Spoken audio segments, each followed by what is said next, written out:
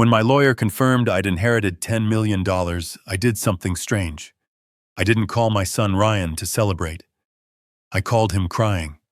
I told him I'd lost everything, that I was bankrupt, homeless, and needed his help.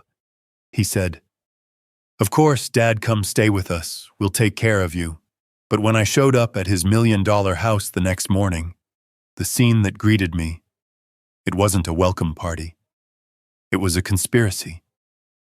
And I realized my son didn't just want my money. He might want my life. Before I tell you what I found in that house, please let me know in the comments where you're watching this from. Hit that like button if you believe family should be about more than just money, and subscribe, because you will not believe how this story ends. My name is Benjamin Carter. I'm 70 years old. I'm standing on a clean sidewalk in Miami, Florida, holding a cheap burner phone in one hand and my old worn-out suitcase in the other. My heart is hammering against my ribs, but not from fear, from anger. Just 5 minutes ago, I was on the phone with my lawyer, Mr. Griffin. He confirmed it. My older brother, Philip, passed away and left me everything. $10 million. After taxes, a clean $10 million. You'd think I'd be celebrating. You'd think my first call would be to my only son, Ryan. But I couldn't. Not until I knew the truth. You see, when my wife, my sweet Alice, passed away 2 years ago, something in Ryan changed. He and his wife, Megan, became overly helpful, too concerned. "Dad, are you sure you should be managing your own accounts? Dad, let me help you with your investments. Dad, you look tired. Why don't you just give me power of attorney?" I'd spent 40 years building Carter's hardware from a single storefront into a chain across the state. I know how to read a balance sheet. But suddenly, to my son, I was just a confused old man who couldn't be trusted with his own money. So I decided to test him. I decided to find out if I had a son or just a vulture waiting for me to die. I took a deep breath, dialed his number, and tried to sound like the very thing he thought I was: a broken, helpless old man. The phone rang twice. "Dad?" Ryan's voice was sharp. He always sounds busy. "Ryan, it's Dad." I made my voice crack. I let a sob catch in my throat. "Son, I'm in terrible trouble." I heard a muffled sound, like he'd put his hand over the receiver. I could faintly hear Megan's voice in the background. "What is it now?" He came back on his voice dripping with fake concern. "Dad, what's wrong? Are you okay?" "No, son, I'm not okay." I let the tears come. They weren't entirely fake. The idea of this betrayal was painful enough. I made a mistake, Ryan. A terrible mistake." "What mistake, Dad? What are you talking about? An investment? A friend? Someone I trusted?" He promised. He promised huge returns. I put everything in Ryan. All the money from the house sale. My retirement savings. I paused, letting him fill in the blank. And the inheritance from Philip. I put it all in. I thought I could double it. Leave you and Megan so much more. I wanted to provide. Dad, wait. His voice was suddenly tight, focused. "You invested the inheritance money, all of it." "Yes," I cried. "And it's gone, Ryan." It was a scam. The company, the man, all of it, gone. They're taking the apartment. I'm standing on the sidewalk. I have nothing left. I've just got this one suitcase. The silence on the other end was deafening. It wasn't 1 second. It was 3. 3 full seconds where I could hear the gears turning in his head. I heard Megan whisper again, "What, all of it?" I could picture them. Him looking at her, his eyes wide with horror, not for me, but for the lost fortune. Then the mask slipped on. Ryan's voice returned, suddenly overflowing with warmth and love. It was disgusting. "Oh my God, Dad, that's horrible. But listen to me. Don't you worry about a thing. Money is just money. You're what's important." I almost dropped the phone. He was good. He was a very good liar. You mean that? I whispered, playing my part. Of course I mean it. You're my father. You can come live with us. Megan and I, we've got you. We will take care of you. You'll never have to worry about anything again. Just get in a cab and come over right now. The relief that washed over me was real. Maybe I was wrong. Maybe my son really did love me. Maybe I was just a cynical, suspicious old fool. Thank you, Ryan, I said, my voice thick with real emotion. God, thank you. I don't know what to say. Don't say anything, Dad. Just come home. But the nagging doubt remained. That 3-second pause. I had to know for sure. I had to push it one last time. I can't, son. I look a mess. I'm ashamed. And it's late. I don't want to bother you and Megan tonight. I'll just find a cheap motel or something. I'll come by in the morning. Yes, I'll see you tomorrow morning. This time the pause was different. It wasn't shock. It was relief. Tomorrow morning, he repeated as if tasting the words. I heard Megan whisper frantically, yes, yes, tomorrow is perfect. Tell him tomorrow. Ryan cleared his throat. You know what, Dad? That's actually a great idea. It gives us time to prepare your room. Get everything perfect for you, yes. Tomorrow morning is perfect. You get some rest tonight. We'll see you tomorrow, okay? We love you, Dad. He hung up before I could say another word. I stood there on the sidewalk, the Miami humidity sticking my shirt to my back. The warmth in my chest was gone, replaced by a block of ice. Tomorrow morning is perfect. Why? Why was tomorrow better than tonight? If your father, who you supposedly love, is homeless on the street, why would you let him sleep in a cheap motel unless you needed the night? You needed time to prepare. Not to prepare a room for me, but to prepare for me. I looked down at my old suitcase. My test wasn't over. It had just begun. Weston, I told the driver, and step on it. If tomorrow morning was perfect for them, then 6 a.m. would be a disaster. And I was going to be that disaster. The Uber pulled away, leaving me on the dark, silent street in Weston. 6 a.m. Even the birds weren't awake yet. The streetlights cast long, eerie shadows across the perfectly manicured lawns. Each house was a palace, a monument to wealth, including my son's. I looked at the $1 million house I'd helped him buy. The $200,000 down payment had been a gift from me and Alice. Just a little something to get you started, son, I'd said. Now I gripped the handle of my old suitcase, the zipper threatening to bust, and felt like a beggar at the gates. I started walking up the long, curved driveway. The air was thick and humid, and then I saw it.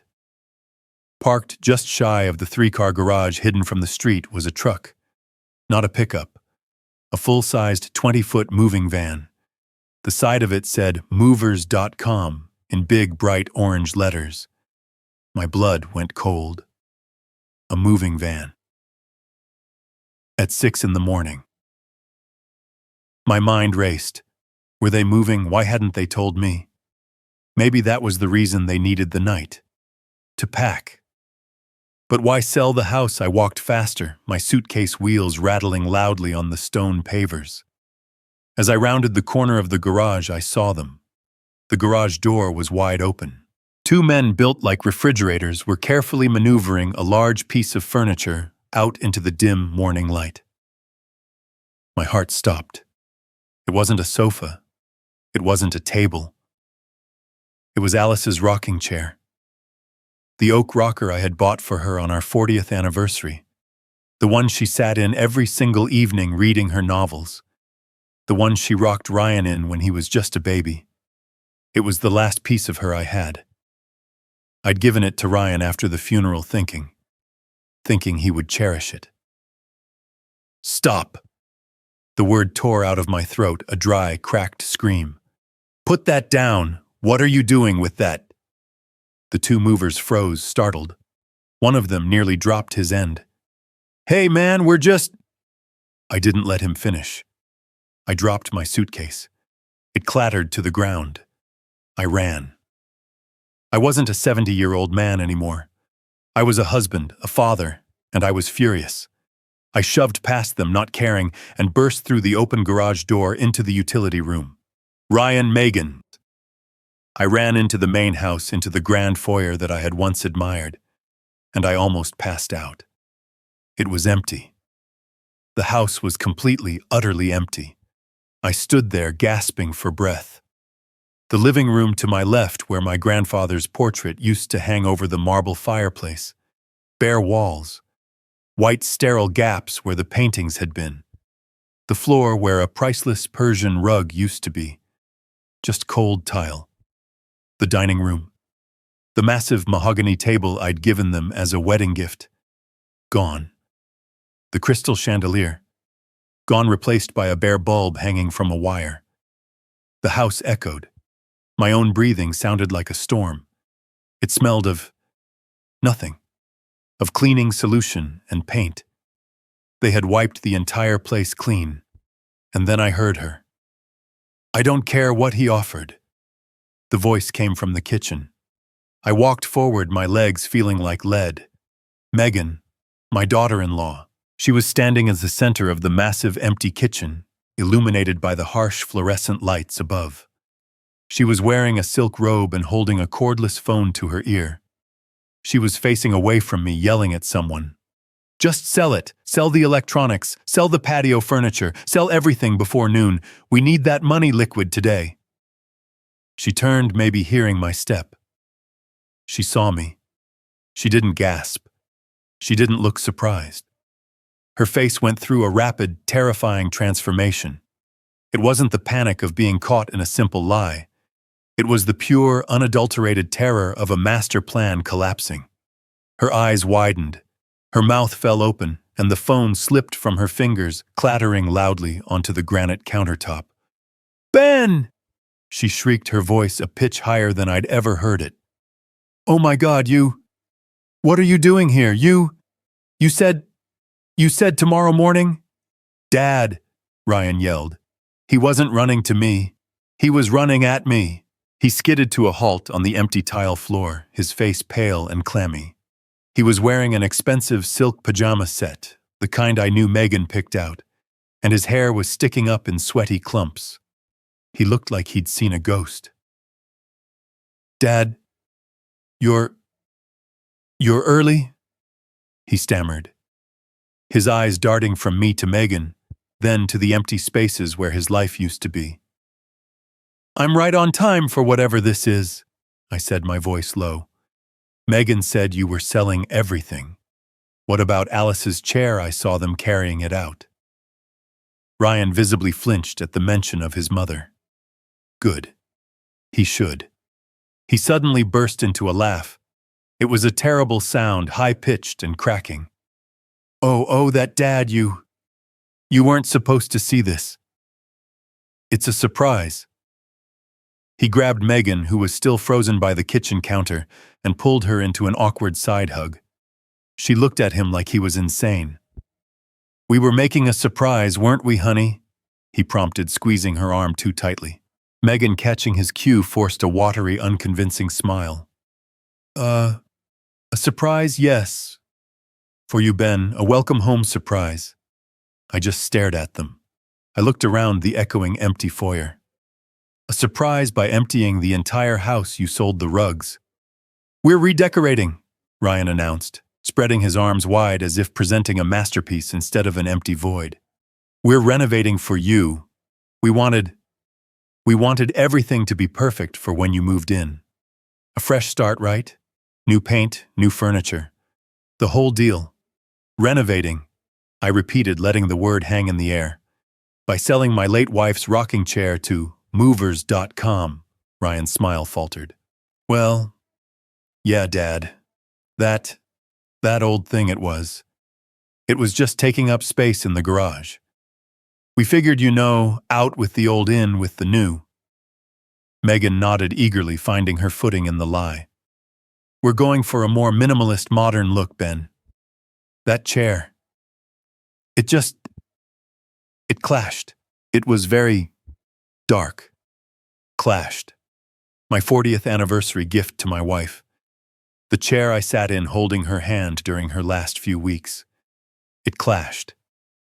I felt the rage building a hot poker in my chest, but I shoved it down. I had to play the part. I had to see this through. I pointed to the empty cavern of the dining room. And the Steinway. The baby grand piano I bought you two for your wedding. Did that clash too? Ryan couldn't meet my eyes. He looked at the floor. The piano was it was too big, Dad. It really dominated the room. We got a great price for it, though. And that money, he said, brightening, is going right back into the renovation. For your room. They were pathological. They were standing in a morgue of their own making, lying about the funeral. They were selling every valuable thing they owned, things I had given them, and trying to spin it as a favor to me. Look, Ryan said, suddenly changing tactics. He put his arm around my shoulder, his voice dropping to that fake, sympathetic tone I now recognized. You look exhausted, Dad. You've had a terrible shock. You told us you lost everything. You're probably not thinking straight. I'm not thinking straight, I thought. I'm the only one here who is. But I let my shoulders slump. I leaned into him, playing the part of the defeated old man. You're right, son, I mumbled. I am so tired. My head is it's spinning. See, he said, patting my back with false tenderness. You just need to rest. Let me show you to your room. We got it all ready for you. The best room in the house. He started guiding me away from the kitchen, away from Megan, who was already back on her phone, probably negotiating the price for the refrigerator. The best room, he repeated, his voice light with relief. Quiet, private. You'll love it. This was it. I let him lead me. I wanted to see what the best room looked like in a house that was being stripped bare. We walked through the empty foyer. I looked up the grand curving staircase. That's where the bedrooms were. The guest suite, the Master Ryan's office. But Ryan didn't go up the stairs. He walked right past them. My stomach tightened. Ryan, where are we going? The bedrooms are upstairs.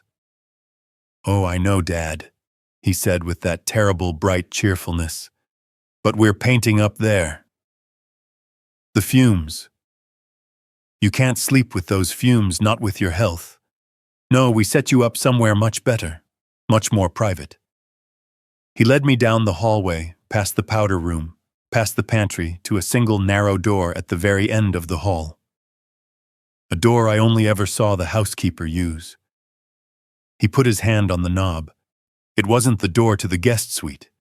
It wasn't an office. It was the door to the basement. He turned the knob and pulled the door open. The smell hit me first. It wasn't the sharp chemical smell of fresh paint. It was the smell of the earth. The smell of damp concrete mildew and something old. Something rotten. A cold, musty draft snaked up the stairs from the darkness and wrapped around my ankles. I physically recoiled, taking a step back. Ryan, sensing my hesitation, kept his hand firmly on my back. I stared down the narrow, unfinished wooden stairs into the dim light below. This is my room. My voice didn't sound like my own. It sounded thin, weak. It sounded like the old man they believed me to be. Just for now, Dad. Just temporary. Ryan said, his voice echoing with that horrible fake cheerfulness. He was talking too fast, his words stumbling over each other. The fumes upstairs. Oh my God, the fumes. We just painted your room, the master suite, just for you, and the smell is awful. You know, with your health, we didn't want you breathing that in. This is much quieter, much more private, just until the paint dries, a day or two tops. He reached past me and flipped a switch. A single bare bulb flickered to life at the bottom of the stairs, casting long, grotesque shadows. It wasn't a room. It was a corner. A concrete-walled corner of their unfinished dungeon-like basement. I saw the massive squat furnace squatting against the far wall like an iron beast. Next to it, the water heater hissed softly, radiating a suffocating, close heat. And shoved between them was a cot. Not a bed. A rusty metal-framed cot, the kind you see in army surplus stores. The mattress on it was thin, maybe 2 inches thick, and I could see the dark, ugly stains on it, even from the top of the stairs. A single threadbare pillow and a folded gray blanket sat on top. My room. My welcome home. This wasn't a temporary arrangement. This was a storage space. They were storing me. I felt a wave of dizziness so profound, I had to grab the doorframe to steady myself. The lies. The sheer audacity of them. They hadn't painted anything. They had sold everything. There was no master suite waiting for me. There was only this hole. It's cozy, isn't it? Ryan tried his smile, twitching violently at the corners. We brought this down just for you. It's clean. Clean. The floor was coated in a fine layer of dust. I could see thick cobwebs hanging from the exposed pipes overhead. "Honey!" Megan's voice shrieked from the floor above, saving him. The sound was sharp, laced with greed. "Honey, the sofa delivery person is here. They have cash. Get up here." Ryan looked visibly relieved, like a man pulled back from a ledge. "Gotta go, Dad," he said, giving me a gentle but firm push on the shoulder, urging me down the first step. "Duty calls you. You rest up. Settle in. Make yourself at home." He didn't wait for me to respond. He didn't help me down the stairs. He pulled the door shut, plunging the stairway into almost total darkness, save for the single bulb still buzzing below. The door slammed, the sound echoing loudly in the tiny enclosed space. And then I heard it. A sound that stopped my blood.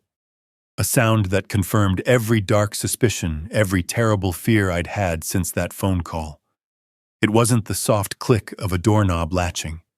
It was the heavy metallic thud, chunk, of a deadbolt sliding into place. A deadbolt. From the outside.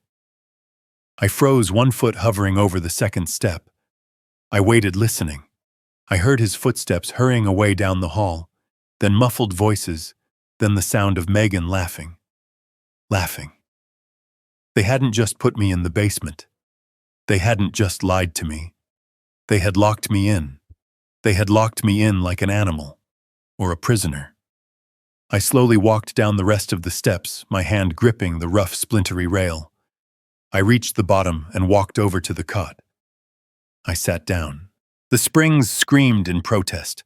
I looked at the water heater, the furnace, the cold concrete walls. This wasn't about protecting me from fumes. This wasn't about redecorating. This was about control. They had lied to get me here. They had isolated me. Now they had imprisoned me. Why go to this length for a man who had, as I'd told them, nothing? My mind flashed back to the $10 million sitting in Griffin's account. Then to the $500,000 life insurance policy. My son. My only son. He hadn't just failed the test. He was doing something far, far worse than I could have ever imagined. I stood there for a full minute, just staring at the door. The sound of the deadbolt sliding home echoed in the small, damp space. It was a sound of such finality, such intention. My first thought wasn't anger. It was confusion. He locked it. He actually locked it. I reached out and tried the knob. It turned uselessly in my hand. The door was solid heavy. I pushed. It didn't budge. Now the anger came, a hot white flash that surged from my gut. "Ryan!" I hammered on the door with the side of my fist. The solid wood barely vibrated. "Ryan, open the door." "What are you doing? The door is locked." I pressed my ear against the wood. Silence. Then I heard it, muffled from the floor above. Laughter. It was Megan. A high, bright, tinkling laugh. It was the sound she always made when she closed a sale. I'd heard it at charity auctions at the dealership when she got her new SUV. She was laughing. They weren't panicking. They weren't running back to fix the jammed lock. They were ignoring me. "Ryan, Megan, let me out of here. This isn't funny. Open this damn door." I slammed my palm against it again and again until my hand stung. Nothing. The only sound was the faint hum of the water heater beside me and the distant cheerful sounds of my life's possessions being auctioned off upstairs. I stopped. Yelling was pointless. They knew I was here. They had put me here. I stumbled back and sank onto the cot. The springs screamed under my weight, a rusty, mournful sound. I looked around at my prison. The bare bulb. The concrete walls stained with decades of Florida humidity. The cobwebs. This was it. This was my reward. I thought back. 40 years. 40 years of getting up before dawn, driving to that first small storefront I rented Carter's Hardware. 40 years of stocking shelves, unloading drywall, breathing in sawdust, and balancing books until midnight. I built that business from nothing. I turned it into a chain of 6 stores. I'd provided a life for them, a life Ryan clearly took for granted. I paid for his private university, a degree in business marketing that he never used. I paid for the wedding. God, that wedding. Megan had insisted on the Biltmore Hotel on orchids flown in from Hawaii. 300 guests. I'd signed the check for $80,000 wincing, while my wife Alice, sweet practical Alice, just squeezed my hand and said, "It's what he wants, Ben. Just let him be happy." I'd always suspected Megan. She came from nothing, but she had an appetite for everything. She saw Ryan not as a man, but as an inheritance, a future payout. And Ryan was weak. He always had been. Alice had spoiled him, protected him from every consequence. When he came to me 3 years ago with his brilliant tech startup idea, I knew it would fail. It had no foundation, no solid plan. But he was my son. And he'd brought Megan, who looked at me with those wide, pleading eyes. So I'd given them the money, $200,000. "It's just a loan, Dad," he'd said. "I'll pay you back double in a year." The company folded in 6 months. I never saw a dime, and now this. I was sitting in a basement locked in by the very people I had spent my entire life supporting. I was a millionaire with $10 million waiting in an account, and I was trapped in a cellar being treated like garbage. The irony was so bitter it made me want to laugh, just like Megan was laughing upstairs. They thought I was broke. They thought I had nothing, so why lock me in? A penniless, grieving old man isn't a threat. You humor him, you feed him, you let him wander around the empty house until you get tired of him. You don't lock him in the basement. Unless you don't want him to leave. Unless you need him for something. My eyes scanned the dark, cluttered room. They had been so eager to get me down here, so sloppy in their haste. And that's when I saw it. Tucked in the corner, half hidden by an old paint-splattered tarp, was Ryan's old college desk, the one they couldn't even sell. And on top of it, missed by the movers, missed by Megan's greedy eyes, was a piece of mail, a single white envelope crumpled and torn that they had failed to throw away. The hours passed like cold, slow-dripping water. The single bare bulb buzzed overhead, a constant, irritating sound. The house above me went from chaotic noise, the scraping of furniture, the heavy thumps of movers, to an unsettling silence. They were gone. The movers, the buyers, everyone. It was just me and them. I didn't yell again. I saved my energy. I sat on that cot, my back aching from the thin mattress, and I just thought. I let the cold logic of a businessman take over from the hot grief of a father. They thought I was broke. They were selling everything they owned. They had locked me in the basement. These three facts didn't add up. They contradicted each other. My thoughts were interrupted by the sound I was now dreading, the heavy chunk of the deadbolt sliding back. The door opened. Megan stood there silhouetted against the hallway light. She was no longer in her silk robe. She was dressed in expensive yoga pants and a designer top, her hair pulled back in a tight ponytail. She looked annoyed, as if this was a chore she hadn't signed up for. She flicked on the main basement light, a harsh fluorescent tube that made the room look even more grim. In her hand, she held a small tray. "Oh, Ben," she said, her voice flat, bored. "You're awake. Good." She walked down the steps, her expensive sneakers silent on the wood. She placed the tray on the dusty floor next to my cot. It was a small bowl of watery, pale yellow soup and a single piece of dry bread. A meal for a prisoner. "I'm so sorry about that door," she said, not looking at me, but at the wall just past my head. "That stupid lock. It just jams sometimes. Ryan keeps forgetting to call a locksmith. It's so old." The lie was so lazy, so insulting, I almost had to admire it. She didn't even care if I believed her. She was just saying words. "You must be hungry." She continued, her tone the one you'd use on a child or a simpleton. "Eat up. You need to keep your strength." "Why am I down here, Megan?" I asked, my voice a low rumble. She finally looked at me. Her eyes were like chips of glass. "We told you, Ben. The paint. The fumes are terrible. Ryan is just so worried about your health." "The movers are gone," I stated. "The house is empty." Her smile tightened. "Yes, the first phase of the redecorating is done. Now the painters come in tomorrow. It's going to be a mess. You're much better off down here. Trust me, it's quiet." She turned to leave. "Try to get some rest. Tomorrow is a big day." She walked up the stairs. She pulled the door shut. I listened. Click. The sound of the simple doorknob latch, but no deadbolt. She hadn't locked it. A new cold dread washed over me. Why not lock it this time? Was it a mistake, or was the game changing? Maybe they wanted me to come out. No, that didn't make sense. Maybe they just thought I was too broken, too old, and defeated to even try. They thought I had accepted my prison. I waited a full 10 minutes until I was sure she was gone.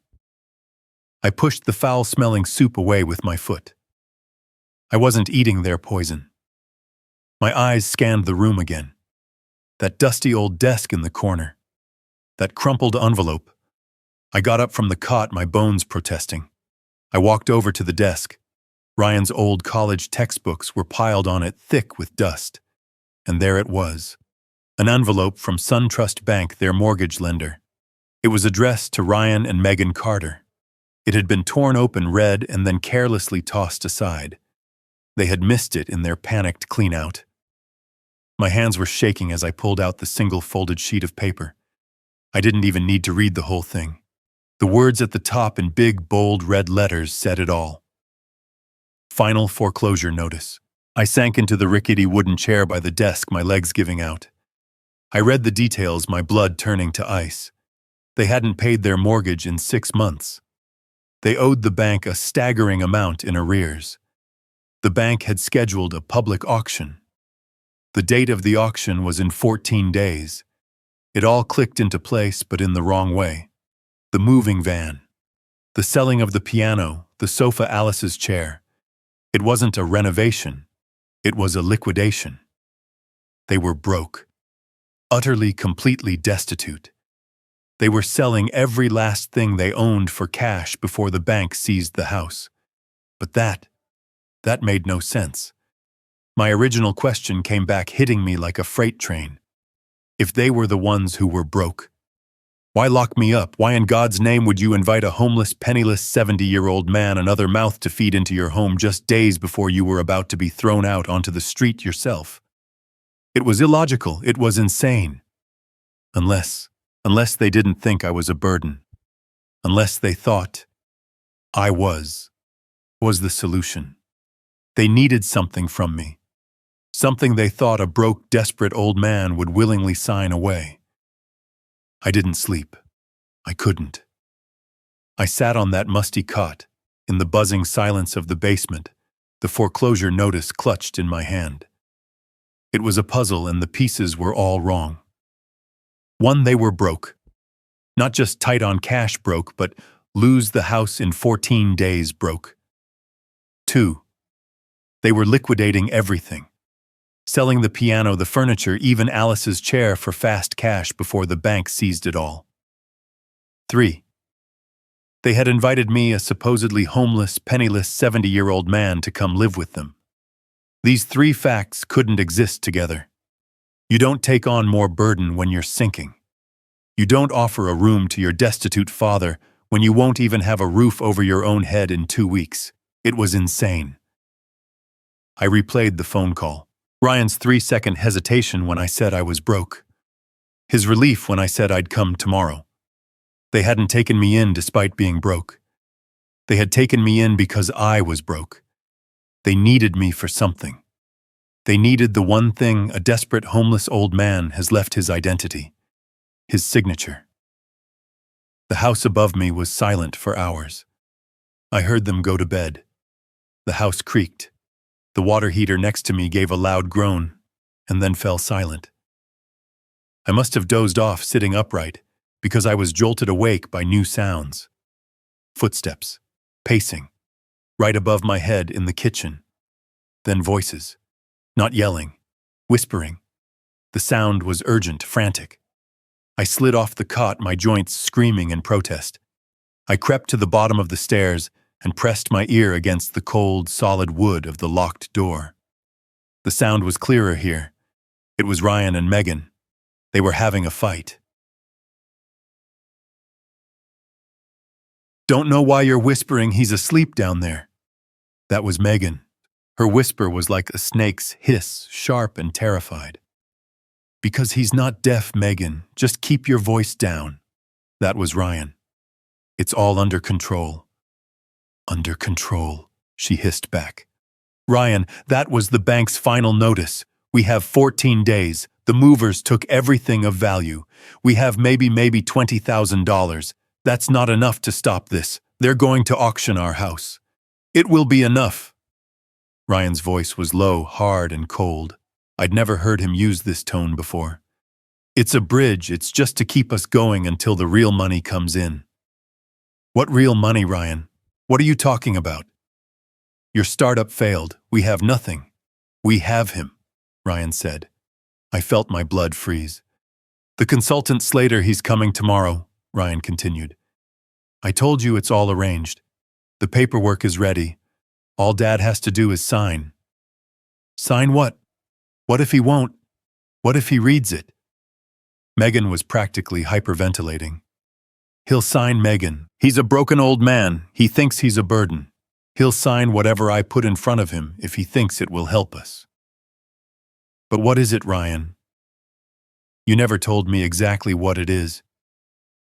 "It's a senior assistance form," Ryan said smoothly. "Standard procedure for his situation. It just gives us the ability to manage his affairs, help him get back on his feet. And the bank, are you sure this form will be enough to stop the foreclosure?" "The bank won't wait, Ryan. The bank doesn't matter," Ryan snapped. "Forget the house. This isn't about the house. The house is gone. This is about what comes next. Once I have his signature, I can leverage the asset." "What asset?" Megan shrieked. "You said he lost everything. You said the bank took his apartment." "The bank did take his apartment." Ryan's voice was sharp, impatient. "He has no money. He has no property. He told us. He's destitute. That's why he has to sign. He has no other choice. There was a pause. I could almost hear Megan thinking, connecting the dots. The insurance policy, she whispered. Alice's policy. $500,000. Ryan whispered back, and the greed in his voice was so naked, so raw, it made me sick to my stomach. Slater says once I have power of attorney, I can use it as collateral for a new loan. A big loan. Enough to get us out of here, out of this state, and start over. All he has to do is sign that one little form. I leaned my head against the door. My heart was pounding, not with fear, but with a cold, clear rage. It wasn't a rescue. It was a harvest. They were going to strip mine my last remaining asset, my life insurance, and they were using my fake poverty as the weapon to do it. A senior assistance form. I knew exactly what that was. It was fraud. It was a power of attorney. It was a trap. And tomorrow I was going to walk right into it. But I wasn't going to be the one getting caught. I had my target, a senior assistance form, and I had my motive, a $500,000 life insurance policy they planned to leverage as collateral. The foreclosure on their house wasn't the crisis. It was just the catalyst. My supposed homelessness was the opportunity. I knew what I had to do. They thought I was a broken, helpless old man. Fine. I would give them the performance of a lifetime. I would be the most broken, most helpless, most trusting old man they had ever seen. I practiced. I sat on that cot, in the damp darkness, letting the genuine pain of their betrayal seep into me. I thought about Alice. I thought about the 45 years we'd built only for her son, to trade it all for a quick loan. I let the real tears well up. I let my shoulders slump. I practiced shuffling my feet when I walked, letting my hands tremble just slightly. By the time I heard the deadbolt slide back in the morning, I was no longer Ben Carter, founder of Carter's Hardware. I was a ghost. Ryan opened the door. He was freshly showered, wearing a clean polo shirt. He was obviously preparing for his day of liquidating his assets. He had a tray in his hand. This time it wasn't just watery soup. There was a piece of toast, maybe even some jelly. The condemned man's last meal. He saw me sitting on the cot, just staring at the concrete wall. I didn't even look up when he entered. "Dad," he said, his voice hesitant. I brought breakfast." I turned my head slowly. I let him see my eyes, red-rimmed and empty. I let my voice quaver. "What's the point, Ryan?" I whispered. I didn't even look at the food. "What's the point of eating? Dad, don't talk like that. You had a shock. It's understandable." "A shock?" I gave a dry, bitter laugh. "I have nothing, son. 70 years, and I have nothing. I'm a burden. I'm just a useless old man sitting in your basement." I put my face in my hands. Maybe it would be better if I just, No, he said a little too quickly. The panic in his voice was real. Not panic for my well-being. Panic that his $500,000 asset was about to walk off a bridge. He rushed over and put the tray down, sitting on the cot next to me. The springs groaned. "Dad, don't you ever say that." He put his arm around me. The gesture felt like a spider crawling on my skin. "You are not a burden. We want you here, Megan and I. We love you. We'll take care of you. You just need help. You can't manage things on your own right now." I looked up at him, my eyes wide with feigned hope. You really mean that?" "Of course I do, Dad. I think you're right, Ryan," I whispered, wiping a fake tear from my cheek. I can't do this alone. I tried. I tried to be smart with that investment, and I can't think straight anymore. My head it's all foggy. I need help, I think. I think I need you to help me. I watched his face. The tiny muscles around his eyes tightened. His pupils dilated just slightly. It was the look of a predator seeing its prey walk right into the snare. A flash of greedy, triumphant light that he tried to cover with a mask of concern. "Oh, Dad," he said, hugging me tighter. Of course I'll help you." He pulled back his face, a perfect picture of filial duty. "That's why I already made a call. I've scheduled an appointment for tomorrow. We're going to see a financial consultant, a specialist. He helps people in exactly your situation, seniors who need assistance." "A consultant?" I asked, playing dumb. "Yes, a Mr. Slater. He works with the state with all the assistance programs. He'll know what forms we need to fill out, what benefits you're eligible for. He'll help us get everything structured, so I can take care of all the bills, all the paperwork. You won't have to worry your foggy old head about a single thing ever again." "Oh, Ryan," I said, letting the tears flow freely now. You'd do that for me." "I'd do anything for you, Dad." "Whatever you say, son," I said, slumping against him, the picture of defeat. "Whatever you think is best. I trust you. I'll sign whatever he says." His arm tightened around me, and this time it wasn't a comforting hug. It was a hug of possession, of victory. "That's great, Dad. That's great. You just rest. Tomorrow we'll get everything sorted out." He left the basement whistling. He hadn't just taken the bait. He'd swallowed the hook, the line, and the sinker. He whistled as he went up the stairs. A happy, jaunty tune. The sound of a man who had just closed a deal. The sound of my son, who believed he had just successfully conned his grieving, destitute father into signing away his future. He pulled the door shut. I heard the click of the latch. He hadn't locked the deadbolt this time. He didn't need to. I was a fish on the hook flopping in the bottom of the boat. He thought I was beaten. He thought I was his. I waited. I counted to 300, listening. I heard the front door of the house open and close. I heard Megan's high-end SUV start up its engine, a low, satisfied purr. Then Ryan's sports car, a louder, obnoxious roar as he peeled out of the driveway. They were gone, probably off to celebrate, off to spend the last of the money they got for Alice's piano. The second the garage door rumbled shut, I moved. The slumped, defeated old man vanished. I was no longer a victim. I was Ben Carter, the man who built a hardware empire from nothing, and I was not going to be taken down by my own spoiled, sociopathic son. I went to my old, worn-out suitcase, the one they'd carelessly tossed into the corner by the wheezing water heater.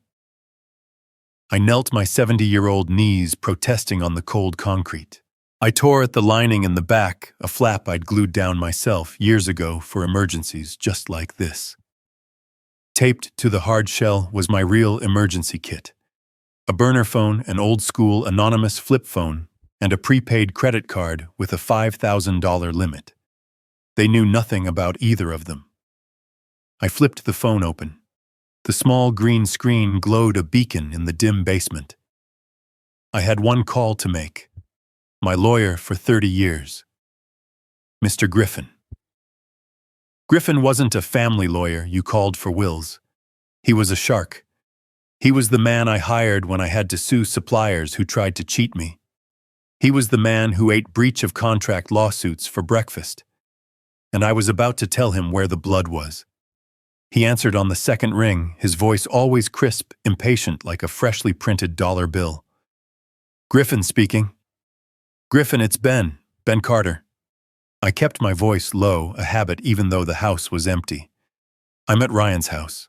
I'm in his basement, to be exact." There was a pause. "Ben, what on earth are you doing in his basement? I thought you were taking a vacation with that 10 million. I was just looking at the transfer confirmations. Did something happen? There's no time for that."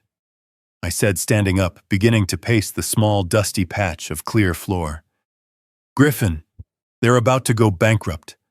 I'm looking at a foreclosure notice right now. They're selling every stick of furniture in the house as we speak. They think I'm broke. I told them I lost everything just like we discussed. Good God, Ben. I heard the scrape of his chair. He was sitting up straight now. This is escalating. They took the bait, but what's the play? What do they want from a broke man? They're trying to force me to sign something. I said the words tasting like ash in my mouth. Tomorrow morning, they're calling it a senior assistance form. They've got some consultant named Slater bringing it over. They told me he works with the state. I heard Griffin let out a short, sharp, disgusted sigh. The sound was pure contempt. My God, Ben. That's the oldest, moldiest trick in the book. It smells like elder fraud from a mile away. A senior assistance form doesn't exist. Not officially. He's bringing you a disguised asset transfer agreement, or God forbid, a durable power of attorney. That's what I figured, I said, gripping the phone so tightly my knuckles were white. But here's the part that's eating at me, Griffin. Why go to all this trouble for a man who has nothing? I told them I'm destitute. They believe the 10 million is gone. They believe the bank took my apartment. They think I'm worthless. Why would they need my power of attorney if I have no power? What asset could I possibly have left to transfer? The line was quiet for a moment. I could hear the faint rhythmic tap, tap, tap of Griffin's expensive pen on his mahogany desk. He was thinking. Because you're not worthless, Ben, Griffin said slowly, his voice dark and measured. They aren't trying to get what you have. They're trying to get what you are. They think you have no cash, no property. But you still have an identity. You still have a credit history. You still have a life. What does that mean, Griffin? What are you saying? It means they aren't after your bank account, Ben. They're after your signature. They're after collateral. Griffin paused again, and this time the pause was heavy, dreadful. Ben, do you have a life insurance policy? The air left my lungs. Of course, Alice. We took them out decades ago when Ryan was just a boy. A simple policy, enough to make sure the other was taken care of. I hadn't thought about it in years. Yes, I whispered, sinking onto the edge of the cot. Yes, I do. The one Alice and I set up. I think it's $500,000. Ryan is the sole beneficiary. There it is, Griffin said, his voice grim. That's the target. My hand was shaking so badly, the burner phone nearly slipped from my grasp. Yes, I said, the word catching in my throat. Yes, I do. An old policy. The one Alice and I took out. God, decades ago, when Ryan was born, just in case.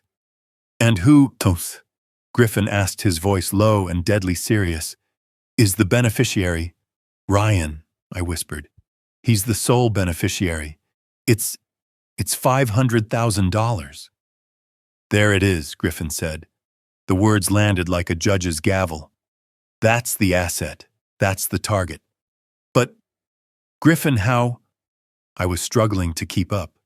Even if they get my signature, even if they get power of attorney, they can't take my life insurance. It only pays out if I'm dead. You're not thinking like a criminal, Ben. Griffin's voice was sharp, cutting through my confusion. They're not trying to cash it. Not yet. They're trying to leverage it. If Ryan gets financial power of attorney, he can walk into a bank with that policy, a guaranteed ironclad $500,000 asset, and use it as collateral for a massive high-risk loan. The loan he needs to escape the foreclosure. He's not trying to manage your affairs, Ben. He's trying to steal your future. I leaned my head back against the cold, damp concrete wall. The logic was sickening. It was perfect. They'd get the loan default on it and flee, leaving the lender to claim the policy whenever I eventually passed away. It was a clean, brutal theft. So that's it. I said, feeling a strange, cold numbness. They're going to steal my last $500,000. No, Ben, Griffin said, and the chill in his voice was far worse than the basement air. It's worse than that. You're assuming they're only after the financial POA, that senior assistance form scam. It's almost always a package deal. What package? They don't just get control of your money, Ben. They get control of you. They'll slip in the medical power of attorney as well. The durable power of attorney for health care. Medical. I repeated, my mind still stuck on the money. Why would they? What does that do? It means, Griffin said, and he spoke each word slowly, as if explaining it to a child, that Ryan would have the legal right to make all medical decisions on your behalf. If you are ever incapacitated. The room suddenly felt 10 degrees colder. The hum of the water heater faded into a distant roar. Incapacitated. He could put me in a home. I stammered, the first horrifying thought forming. He could put me in a cheap nursing home and just let me rot. Worse, Griffin said, his voice flat. A nursing home costs money. That eats into their new loan. No, think about it, Ben. You're 70. You're, as far as they know, depressed, destitute, and a burden. You're the perfect candidate for a tragic accident. The phone felt slippery in my hand. I couldn't breathe. A fall down the stairs. Griffin continued painting the picture in stark legal terms. An accidental overdose of sleeping pills. Something that puts you in the hospital. Something that makes you incapacitated. My heart was hammering, a frantic bird trapped in my ribs. And once you're there, Griffin's voice was barely a whisper now. Once you're on a ventilator, who has the sole legal authority to make the tough decision? I couldn't speak. Who gets to tell the doctors? He wouldn't have wanted to live this way. The realization hit me. It wasn't a push. It was a physical blow. I dropped the phone. It clattered onto the concrete floor. They weren't planning to borrow against the policy. They were planning to collect. This wasn't about stealing from me. This was about murdering me. The senior assistance form wasn't a theft. It was my death warrant. My God! I whispered to the empty, musty room. He was planning to kill me. The locked door, the isolation, the accidental fall down these dark, rickety basement stairs. It was all right there. They weren't just thieves. They were monsters. I picked the phone back up. Griffin, I'm here, Ben. I'm so sorry. Don't be, I said, and my voice had changed. The weakness was gone. The fear was gone. All that was left was ice. Don't be sorry. Be ready. I need you to do exactly what I say. I'm not just a victim anymore, Griffin. I'm the bait, and tomorrow morning, we're springing the trap.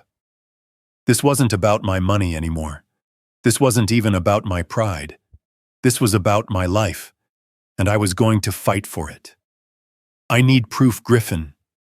I said, my voice now perfectly level. All the fear, all the weakness, it was gone, burned away by pure cold rage. I need irrefutable proof. I need them on tape. A recording. Ben, a wiretap is not a wiretap. I cut him off. I'm going to set up cameras. Nanny cams. I need to catch them in the act. The consultant is coming tomorrow. I need every word, every signature on video. That's a bold move, Ben. You're a civilian in their house. How are you going to get the equipment? I'm not as helpless as they think, I said, looking at the prepaid credit card in my hand. I have my ways. All right, Griffin said. His voice was all business now. He understood. Do it. Get me the evidence. I'll start drafting the complaints. I'm going to check on this Slater character. I'll bet my license he's a disbarred fraudster. You get me that video, Ben. Get it. And then get out. I'm not getting out, I said, my hand closing into a fist. I'm ending this. Tomorrow. I hung up. I didn't waste a second. I flipped open the burner phone, and using its slow, clumsy browser, I found what I needed. A local Miami security and spy shop, the kind of place that sold hidden microphones and GPS trackers. Their website was gaudy, but their service was exactly what I needed: discreet same-day delivery, guaranteed 3-hour window. My fingers flew over the tiny keypad. My hands, which had trembled with fear and grief just an hour ago, were now rock-steady. I was Ben Carter again, placing a rush order for materials. I didn't order just one. I ordered 3. 1, a small black cube that looked like a high-end Bluetooth speaker. That would go in the living room where the meeting would happen. 2, a simple USB wall charger. The kind everyone has. That would go in Ryan's office. I had a feeling I knew where he kept the real paperwork. And 3, a digital alarm clock. Modern, sleek, with a dark, reflective face. That one was for their bedroom. I needed to know everything. I needed to see exactly what kind of monsters my son and his wife had become when they thought no one was watching. I entered the prepaid credit card number, set the delivery address to Ryan's house, and put "Urgent, hold for B. Carter" in the delivery notes. I selected the 2 to 4 p.m. window. Now I had to wait. And I had to get out of this basement. I heard the front door slam upstairs. They were back. I quickly hid the phone and the credit card back in my suitcase lining. I lay down on the cot, turned my face to the wall, and feigned a deep, exhausted sleep. The basement door opened. Click. I heard Ryan's footsteps. Dad. You asleep?" I didn't move. I just let out a long, slow, broken sigh in my sleep. "Good," I heard him whisper. He didn't come down. The door clicked shut again. They wouldn't bother me. I was just the sad old furniture in the corner. The afternoon dragged on. 2 o'clock. 2:30. My entire body was tense. I listened to them moving around upstairs. They were quiet. Too quiet. Probably planning. At 3:15 p.m. I heard the doorbell. This was it. I heard Ryan go to the door. Muffled voices. Then Ryan's voice, slightly annoyed. "What, B. Carter?" "Oh, yeah. Yeah, that's for me. A late birthday gift. Thanks." I heard the door close. I heard the sound of a box being placed on the floor. Now I just needed them to leave. I didn't have to wait long. At 3:45, I heard Megan. "Ryan, let's go. We have to meet the jeweler before he closes. I want to get a good price for my mother's ring." I'm coming, I heard Ryan say. "Dad's asleep. We'll be back in an hour." The front door slammed. The garage rumbled. Their cars peeled out of the driveway. I was up in an instant. I unlocked the simple latch. They still hadn't deadbolted it, so sure of my broken spirit. I flew up the stairs. The house was an echoing tomb. I found the box on the foyer floor. I ripped it open. The cameras were there. Small, efficient, deadly. I went to the living room. They had dragged 2 cheap patio chairs and a card table into the middle of the room for the meeting. Pathetic. I saw the built-in bookshelf. I placed the Bluetooth speaker on the 3rd shelf, angled perfectly toward the chairs. It blended in seamlessly. Next upstairs, Ryan's office. Just as I suspected, the door was locked. He was hiding his mess. I looked at the handle. It was a cheap interior lock. I went back to the basement, grabbed a thin piece of metal from my old toolkit, a shim I used for fixing lock sets at the store, and returned. 30 seconds. The lock snicked open. The room was a disaster. Not just messy. It was the room of a desperate man. Piles of overdue bills on the desk. Angry red letters from creditors. A half-empty bottle of bourbon. I saw the wall socket right by the desk. I unplugged his phone charger and plugged in the USB charger camera. It faced his computer, his desk, his chair. Perfect. Last, the bedroom. I felt sick walking in. The air was thick with Megan's expensive, cloying perfume. The bed was unmade. I saw the digital clock on her bedside table. I unplugged it, swapped it with the new camera clock, and plugged it in. The red numbers, 3:58 p.m., glowed to life. It was identical. I was out of the room, back down the stairs, and back in the basement in less than 15 minutes. I pulled the basement door shut. I sat on my cot in the dim light. I took out my burner phone and connected to the cameras one by one. The images flickered to life. 1, the empty living room waiting for the meeting. 2, the disastrous office desk. 3, the unmade bed. I had eyes everywhere. I smiled. It was a cold, hard smile. The smile of a man who was about to watch his enemies destroy themselves. "Okay, Ryan," I whispered to the empty room. "Okay, Megan. Tomorrow morning. You're on camera. Let's see you lie your way out of this." I didn't sleep. I couldn't. I sat on that musty cot, the burner phone clutched in my hand, my thumb hovering over the app. The house was silent for hours. They came back late. I heard them, no laughter this time, just low, tense voices. I heard the front door close, their footsteps heading upstairs. I heard their bedroom door shut. I waited. 10 minutes. Then, I opened the app. I tapped the icon labeled Bedroom Clock. The screen flickered, then resolved. There they were, my son and his wife. The image was grainy black and white from the night vision, but it was perfectly clear. They were in their bedroom. Ryan was pacing by the window, still in the clothes he'd worn out. Megan was sitting on the edge of the unmade bed, rubbing her temples, her face pale and stressed. I turned the phone's volume up just enough to hear. "Don't like this, Ryan. I don't like it one bit," Megan said. Her voice was a strained whisper. "That consultant, Slater, he looks like a con artist."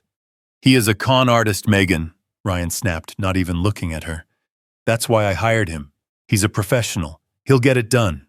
Stop worrying." "Stop worrying? What if your father reads the papers? He's not stupid, Ryan. He built an empire from nothing." "He was smart," Ryan said, turning from the window. "Now he's a 70-year-old grieving wreck who thinks he's destitute. He wants us to take over. He begged me to. He will sign whatever I put in front of him." Megan shook her head, pulling her knees to her chest. I don't understand why. Why all the risk? The medical forms, the health directives. It's too much. The financial power of attorney is all we need. You said it yourself once, we have that. We can leverage the $500,000 insurance policy for the loan. That's enough. We get the loan, we leave this stupid state, and we're done." Ryan stopped pacing. He turned around slowly. The night vision made his eyes look like dark, empty sockets. He stared at his wife for a long, cold moment. "Leverage," he said. His voice was flat, empty. "You're still thinking about leveraging?" "Yes, to get the loan," she said, her voice rising in frustration.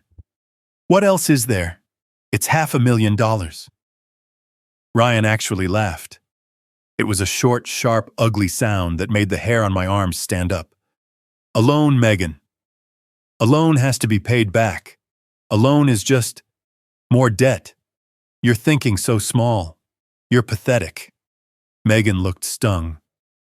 "Small? What are you talking about?" He walked over to her. He didn't sit. He loomed over her. "I'm talking about cash, Megan. Leveraging the policy gets us maybe 100,000. 200 max, and it's messy. It's a loan. But if he passes away..." He let the words hang in the air. I watched Megan on the screen. She went completely still. Her hands froze on her face, her eyes widened. Oh, she whispered. Oh my God, Ryan. You're, you're talking about, I'm talking about reality, he said, his voice dropping to that same cold, rational tone he used when he failed his startup. He's 70 years old. He's depressed. He just lost everything. He's down in that damp, dark basement completely alone. Who knows what could happen down there? My heart stopped. I wasn't breathing. I was watching my own son plot my death. Think about it. Ryan continued, his voice terrifyingly calm. A man in his condition, a tragic fall down those rickety basement stairs, who would question it, or, even simpler, he's depressed.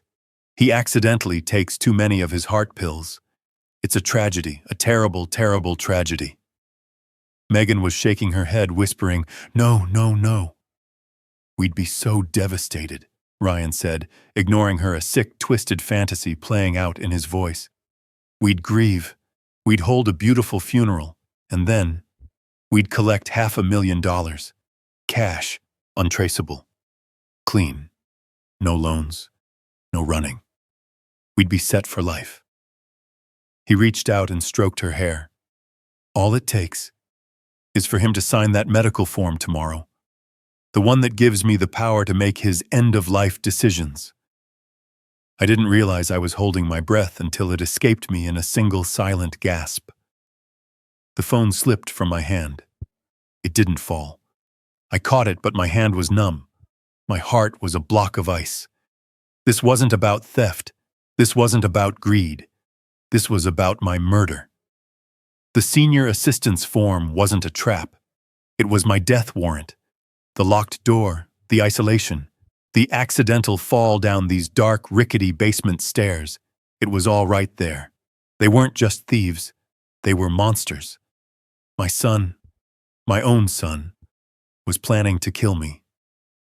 I didn't move for an hour, maybe more.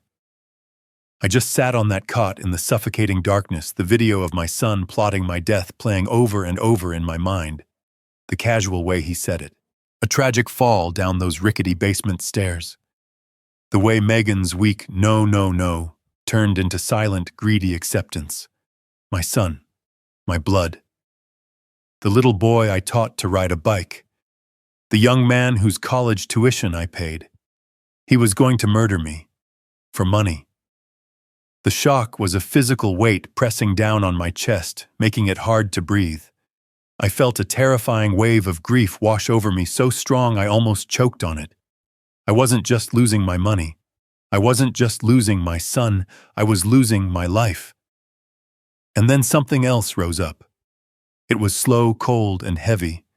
It started in my gut and spread through my veins like ice. It was rage. A pure 70-year-old rage. The rage of a man who had built everything from nothing. The rage of a father who had been betrayed in the most final, most sickening way possible. They thought I was a broken-down old man. They thought I was a burden. They thought I was weak. I was not weak. I had spent my entire life fighting. I'd fought suppliers who tried to cheat me. I'd fought recessions that tried to bankrupt me.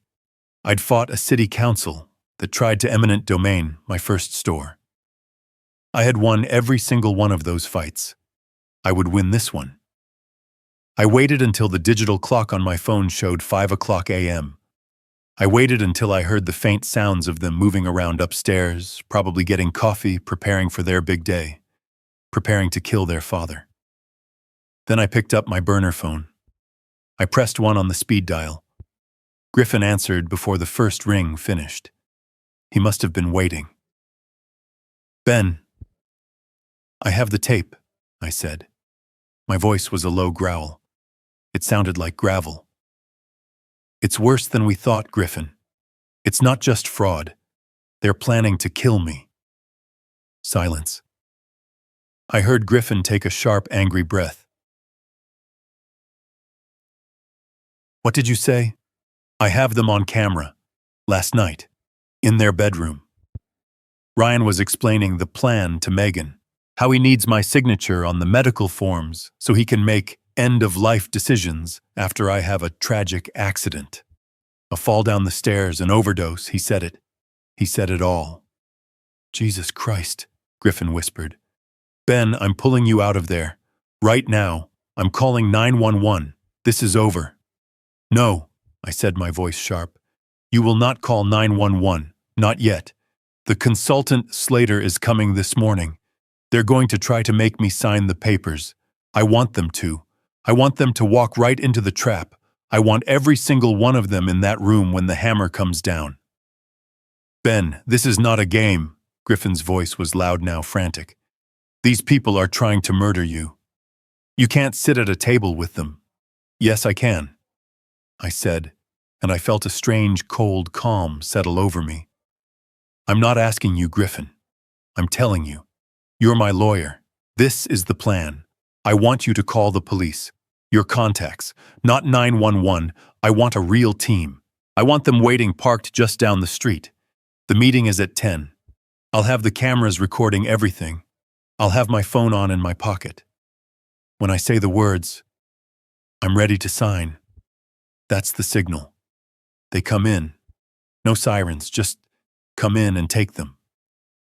Griffin was quiet for a long time. I could hear him breathing.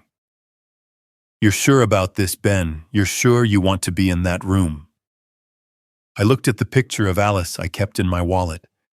I thought of her rocking chair sold for pennies. I thought of Ryan's cold, dead eyes on that video. I'm 70 years old, Griffin, I said. I've lost my wife, I've lost my son, I've got nothing left to be afraid of.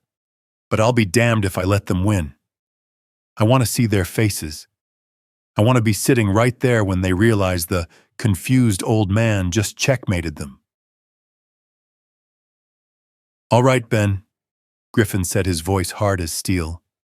All right, 10 a.m. We'll be there. You just stay alive until then. I hung up. I stood up. I went to the small cracked mirror hanging over a utility sink. I looked at myself. The old man in the reflection looked terrified, defeated. No, I whispered to him. Not you. I began to prepare. I took the new clothes I'd bought and shoved them deep into my suitcase, hiding them. I put back on the same stained, rumpled clothes I'd worn when I arrived. I ran my hands through my hair, making it stand up in wild, uncombed tufts. I rubbed the dirt from the basement floor onto my cheeks, under my eyes. I hadn't shaved. Good. The white stubble made me look gaunt, haunted. I looked in the mirror again. The transformation was complete. I was no longer Ben Carter, millionaire. I was the man they wanted to see. A grieving, broken, hopeless old man. A perfect victim. I heard the basement door unlock. Dad, Ryan called down, his voice laced with that fake, cheerful concern. Mr. Slater is going to be here soon. You ready for the big day? I took a deep, shuddering breath, slumped my shoulders, and began to shuffle towards the stairs. I'm coming, son, I called up, my voice trembling perfectly. I'm ready. I shuffled toward the stairs, making sure to lean heavily on the splintery railing. I put my hand to my head, as if a wave of dizziness had hit me, which wasn't entirely untrue, though. Mine was from rage, not weakness. I'm coming, son, I called up, my voice a papery, trembling thing. I'm ready. Ryan was waiting at the top of the stairs, his face a perfect mask of anxious concern. Easy, Dad, easy. Let me help you. He grabbed my arm. His grip wasn't gentle. It was firm, proprietary. He wasn't assisting me. He was hauling me like a piece of cargo he needed to move from one spot to another. Mr. Slater is here, he whispered, as if sharing a secret. He's a very busy man, a very important man, so we need to, be respectful of his time. And he steered me not toward the kitchen, but to the living room, or what was left of it. The emptiness was somehow more shocking in the full light of day. The sun streamed in through the big bay windows, illuminating nothing. Just tile, just bare white walls where our lives used to hang. In the absolute center of this vast, echoing cavern, they had placed a wobbly card table and 3 cheap white plastic patio chairs. It looked less like a meeting and more like an interrogation. And sitting in one of those chairs, as if it were a throne, was Mr. Slater. He was exactly what I'd pictured. He was a man in his 50s with hair that was too black, too perfect, slicked back with a gel that gleamed under the light. His suit was a shiny sharkskin gray, the kind that tries to look expensive but just looks slippery. His smile was all teeth, wide and white and utterly fake. His eyes, though, his eyes were cold, small and sharp. They darted toward me as I shuffled in, sizing me up, calculating. He stood extending a soft, damp hand. "Mr. Carter Benjamin," he boomed, his voice too loud for the empty room. "A profound pleasure to meet you, sir. Though I truly, truly wish it were under better circumstances." He pumped my hand, his grip unpleasantly energetic. "I was just hearing from Ryan and Megan. What a terrible, terrible tragedy." He shook his head, clicking his tongue. "To lose your wife and then, good heavens, your entire life savings. All at once, it's unthinkable. Unthinkable." I looked at the floor. I let my shoulders slump. I gave him my best, most vacant stare. I just don't know what to do anymore," I mumbled. This was it. I could feel the invisible eye of the camera disguised as a Bluetooth speaker on the empty fireplace mantel, capturing his face, his voice, his professional, practiced lies. "Gotcha," I thought. "And that," Slater said, patting my shoulder, "is why we are here. Ryan and Megan. I have to say, what wonderful children." He beamed at them. "So proactive, they reached out to me just in time." Ryan pulled one of the flimsy plastic chairs out for me. It scraped the sound like a scream on the tile floor. "Sit down, Dad. Mr. Slater is here to help us. He's the best." I collapsed into the chair, playing the part of the exhausted, defeated old man. Megan, who had been standing by the empty fireplace, moved to stand behind Ryan. She crossed her arms, her face set in a mask of solemn concern. She was watching me, not like a daughter-in-law, like a hawk. "Ben," Slater began, leaning forward, his voice dropping to a low, intimate, confidential tone. "What we have here is a classic tragic situation, but the state of Florida has wonderful programs for this. I work as a consultant for a program called the Senior Property and Health Protection Initiative." A complete fabrication. I knew it.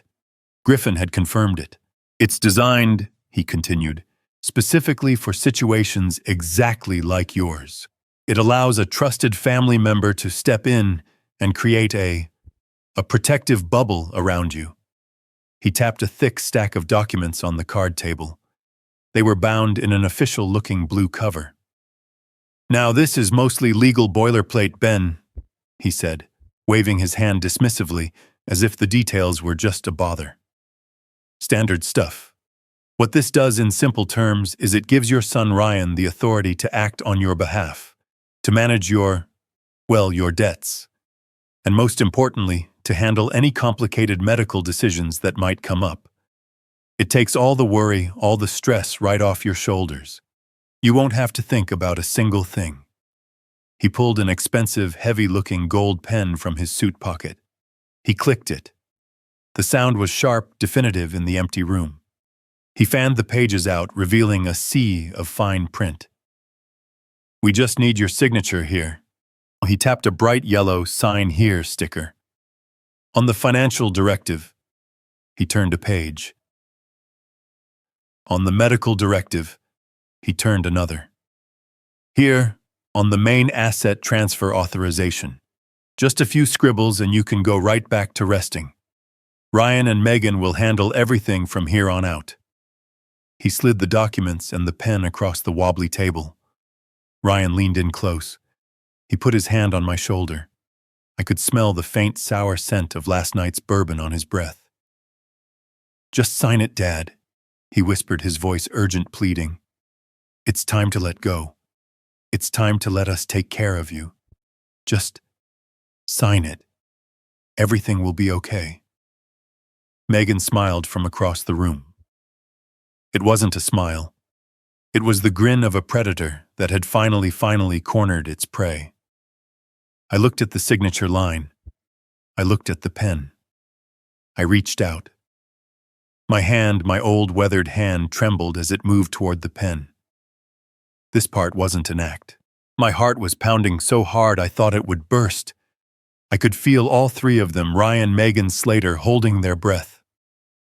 The camera on the mantel was rolling. The police were down the street. This was the moment. I picked up the pen. I looked at the pen. The heavy gold-plated pen that Slater had placed in my hand. It felt slick and warm from his sweat. I looked down at the signature line. A simple, empty blank space that held the value of my entire life. My hand began to shake. This part wasn't difficult to fake. My body was thrumming with adrenaline, a high-frequency vibration of pure, cold fury that masqueraded perfectly as the palsy of a broken old man. I let the tremor travel up my arm. I looked up past the stack of papers, and I locked eyes with my son Ryan. I made sure he saw the tears welling in my eyes. I wasn't acting. These were real. They were tears of rage. Tears for my wife, Alice. Tears for the son I had lost. I put all the confusion, all the grief, all the manufactured hopelessness of the last 3 days into my voice. Ryan, I whispered. The sound was papery thin. This is a lot of paper. I don't understand it all. Ryan leaned in his hand, landing on my shoulder again. That proprietary, controlling grip. He wasn't comforting me. He was anchoring me. It's just legal stuff, Dad. Boilerplate. Mr. Slater explained it. It's just to help. To get you back on your feet.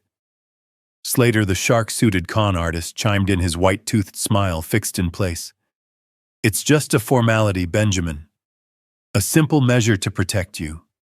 To ensure you're taken care of by this wonderful, loving family.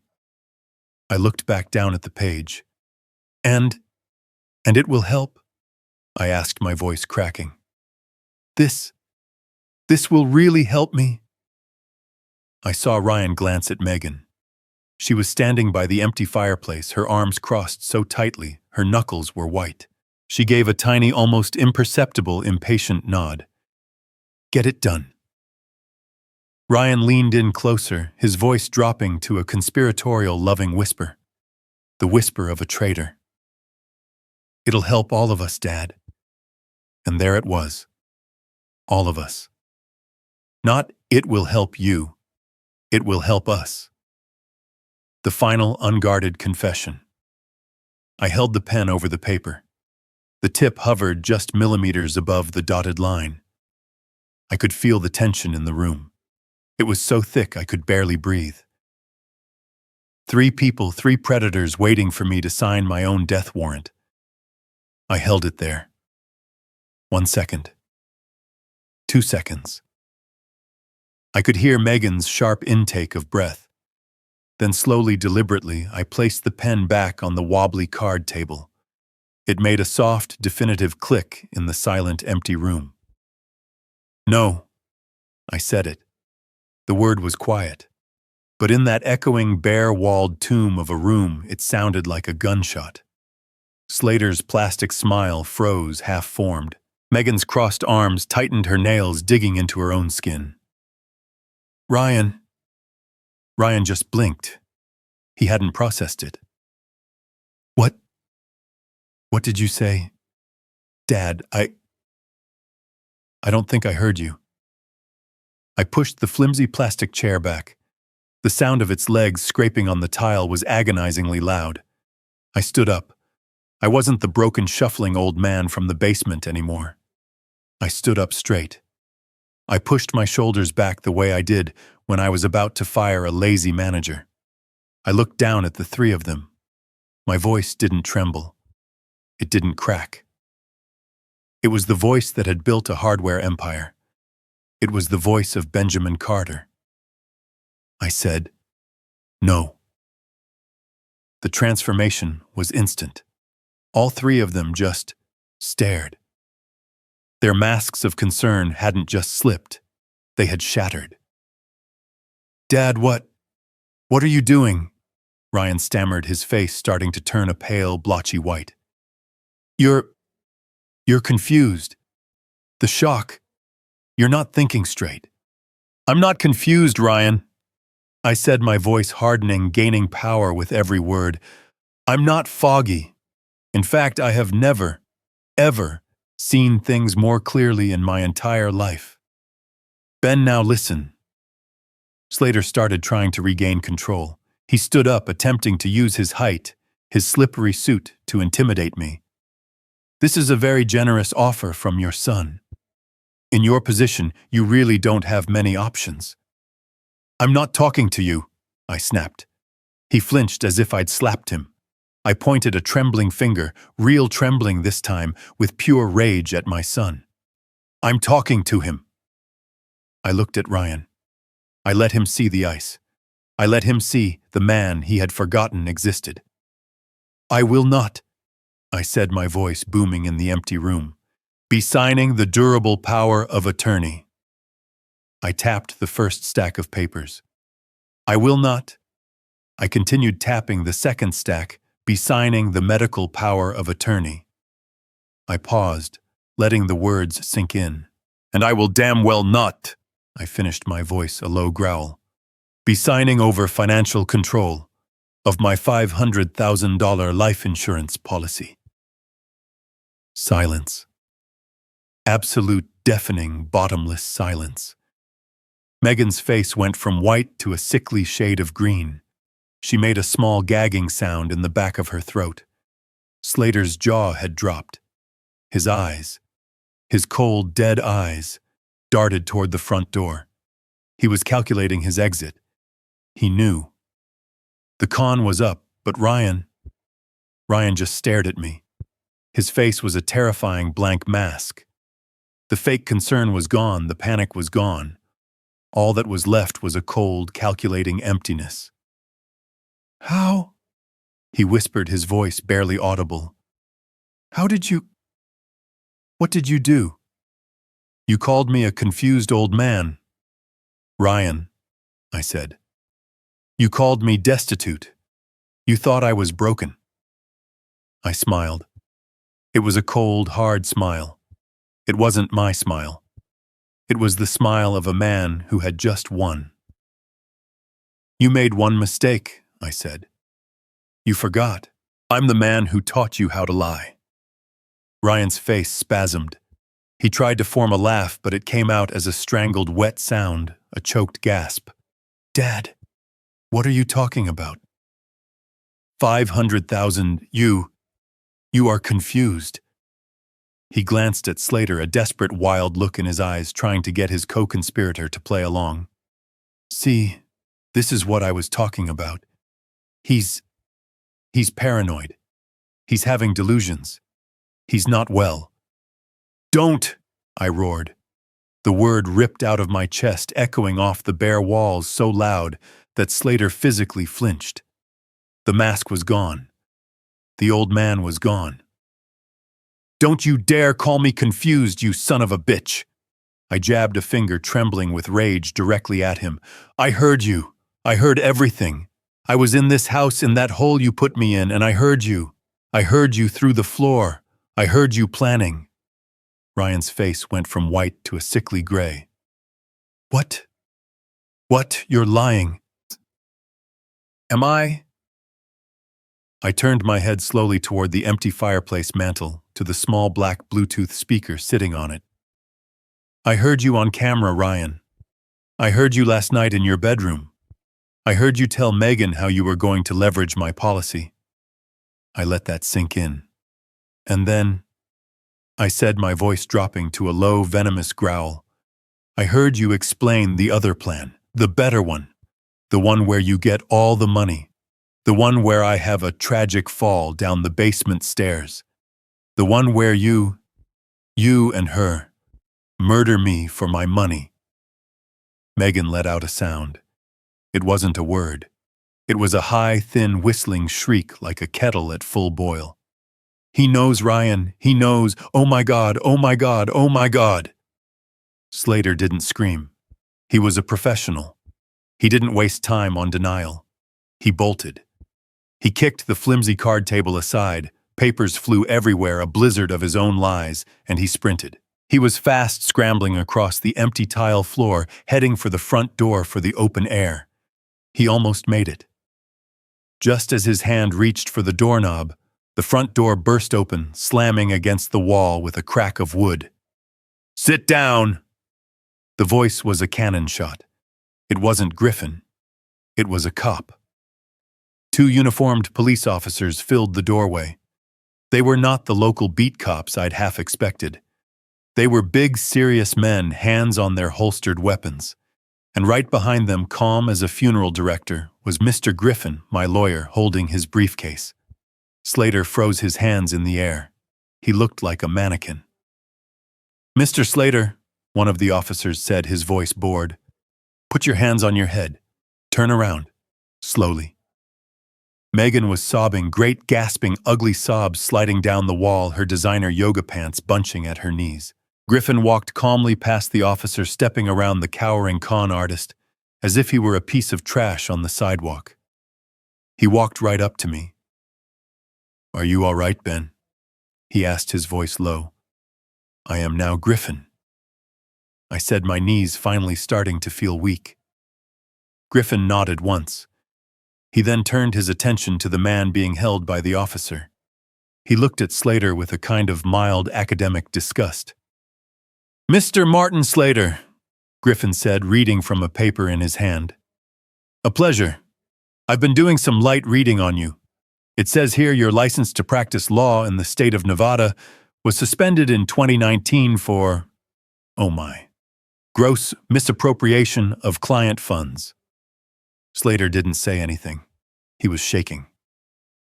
"I also have a printout," Griffin continued, "of an active warrant for your arrest from Maricopa County, Arizona for elder fraud and conspiracy." He looked up from the paper and gave Slater a thin, cold smile. "I'm quite sure the state of Florida will be delighted to add their own charges to that list. Officer, I believe he's all yours." "You're under arrest, sir," the cop said, yanking Slater's arms behind his back. Slater didn't fight. He just deflated. The shiny sharkskin suit seemed to collapse. He let out a long, whimpering sigh, the sound of a game truly, and finally lost.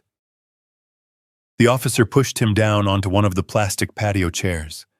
The click, click, click of the handcuffs ratcheting shut was the loudest sound I'd ever heard.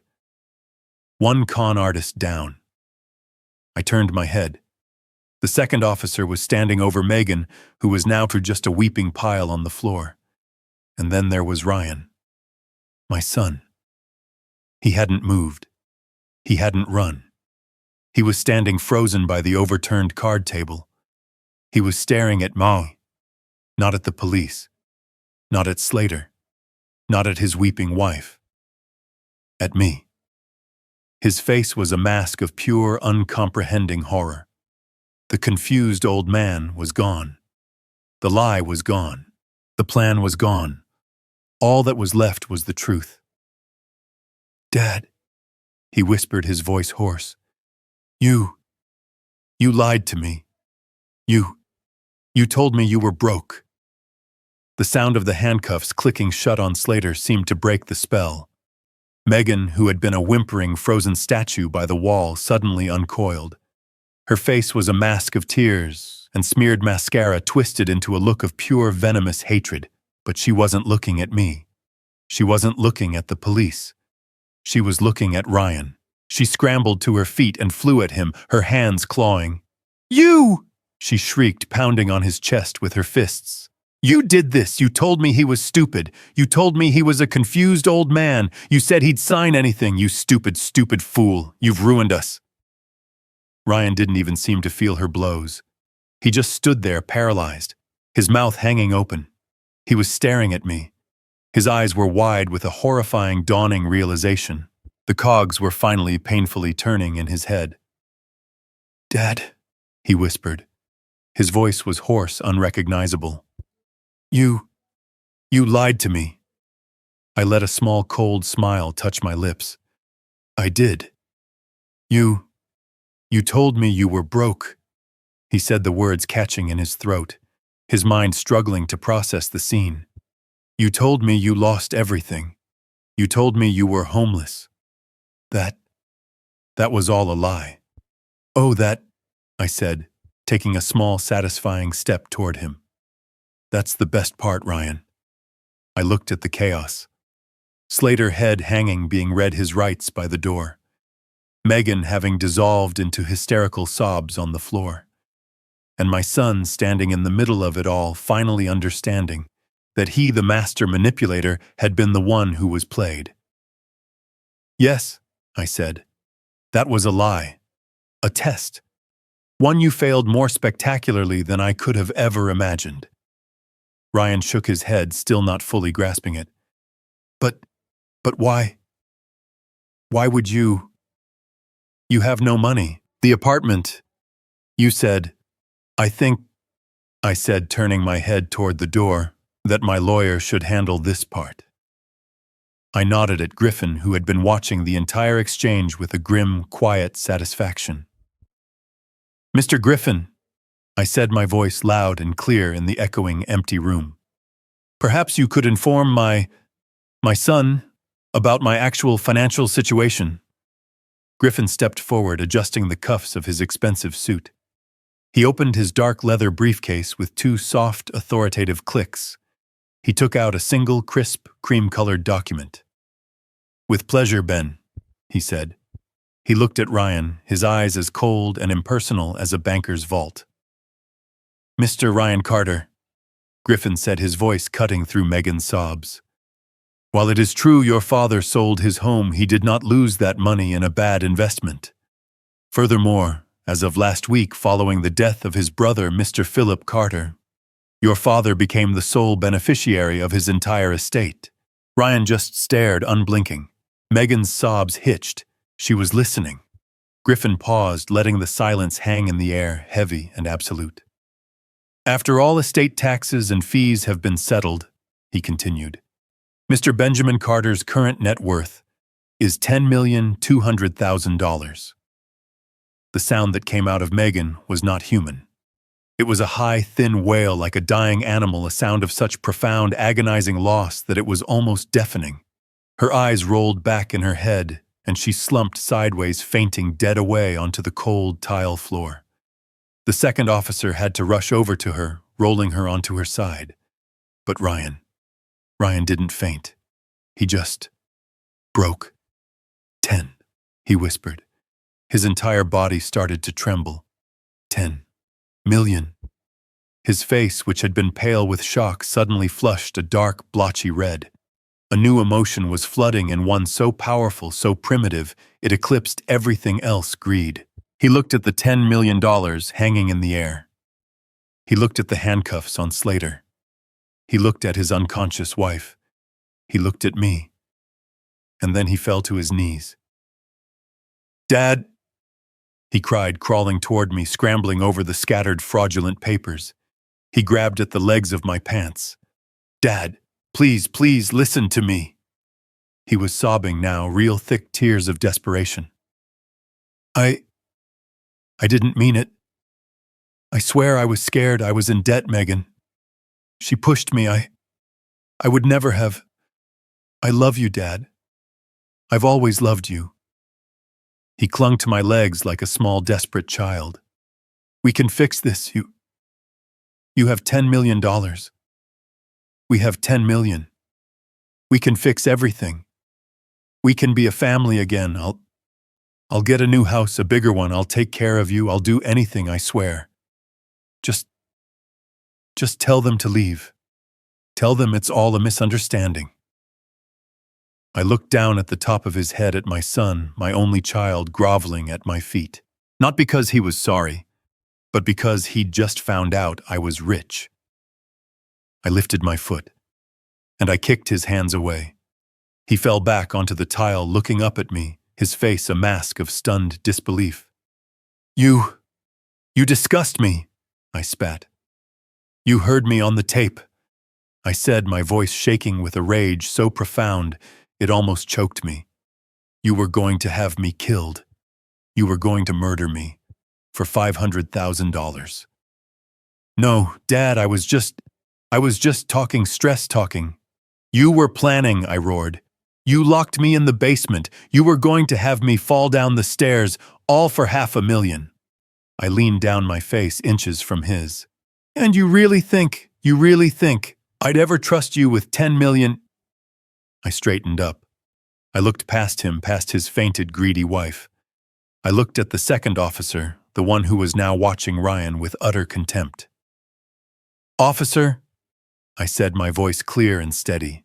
This man, Ryan Carter, and his wife, Megan Carter, conspired to defraud me. They held me against my will in their basement. And, I said, pointing to the camera on the mantel, I have them on video planning my murder. Please, I finished, arrest them. Ryan's face collapsed. The begging stopped. The mask was gone. All that was left was pure animalistic rage. No, he screamed, scrambling to his feet. You can't! You old bastard! You can't do this! That's my money! He lunged. Not at me. At the officer. It was over in a second. The officer was younger, faster. He grabbed Ryan, spun him around, and slammed him face first against the bare wall. You can't! I'm his son! Ryan shrieked, his voice muffled against the plaster. It's mine, it's mine. The sound of the second pair of handcuffs ratcheting shut was the sweetest sound I had ever heard in my life. It was 3 weeks later. 3 weeks since I'd watched my son get handcuffed and dragged out of his own house screaming about his money. I was sitting in Mr. Griffin's office. It was high up on the 40th floor overlooking the Miami skyline. The view was clear, sharp, just like Griffin himself. The air conditioning was quiet. The coffee his assistant brought me was real. I hadn't realized how long it had been since I'd tasted real coffee. Griffin closed a thick, blue-bound legal file and placed it squarely in the center of his massive mahogany desk. Well, Ben, he said, it's done. I just nodded, sipping my coffee. I didn't say anything. I just waited. Ryan and Megan Carter have been denied bail. Griffin continued, his voice flat, professional reading from the report. The prosecutor is enthusiastic, to say the least. With the video evidence from the hidden cameras, the audio recording of their bedroom conversation, the murder plot, and now the full cooperating testimony of Mr. Slater, and he allowed himself a small, cold smile. Who, it turns out, was very eager to make a deal in exchange for a lighter sentence. The prosecution is confident. They are both facing, at a minimum, 15 to 20 years. What charges? I asked. My voice sounded distant, like it was coming from someone else. Conspiracy to commit first-degree murder, conspiracy to commit fraud, unlawful imprisonment, and for Slater practicing law without a license. They are not getting out of this, Ben. I nodded. I felt nothing. Just an empty, cold space where a father's love used to be.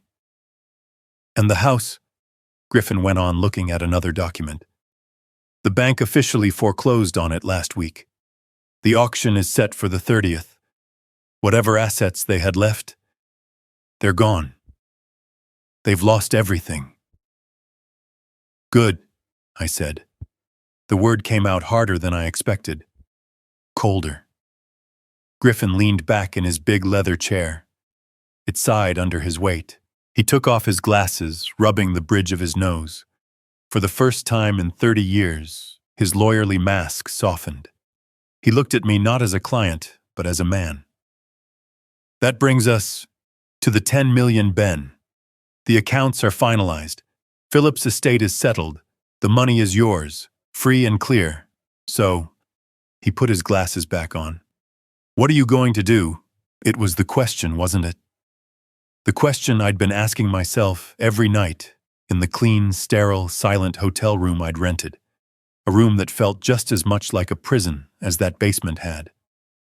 I turned away from Griffin. I stood up and walked to the massive floor-to-ceiling window. I looked out at the city. All those people down there, running around, building things, raising families, trying to make $1. I'd been one of them for 45 years. I'd built. I'd saved. I'd sacrificed. For what? For what? So my son, my only child, could lock me in a basement and plot my death. For $500,000. I've been thinking about that, Griffin, I said, my voice quiet, my reflection staring back at me in the glass. I don't need $10 million. I turned to face him. I'm 70 years old. My wife is gone. My son is dead to me.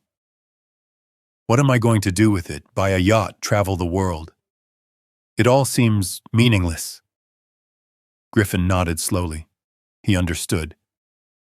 It's a heavy burden, Ben. Money you didn't ask for arriving at the worst time in your life. It's not just a burden. I said, the truth of it finally hitting me. It's cursed. It's the money Philip left me. It's the money Ryan thought he had. It's the money they were willing to kill me for. I started pacing the expensive rug. I couldn't stand still. My hands were clenched into fists. If I spend $1 of that on myself, on a new car, on a fancy steak dinner, it'll feel like they won. It'll feel like I'm spending blood money. My own blood. So, Griffin asked, his voice neutral, you're going to give it all away. I'm going to redirect it, I said. I stopped pacing. The idea had been forming in the back of my mind for weeks, ever since that night in the basement. Now it was crystal clear. Alice, my wife, she always volunteered. At the senior center.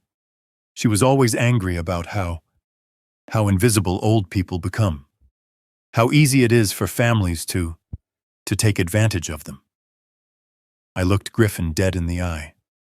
Ryan thought I was a confused old man. He thought I was helpless. He and Slater. This is their business, Griffin. They prey on people like me.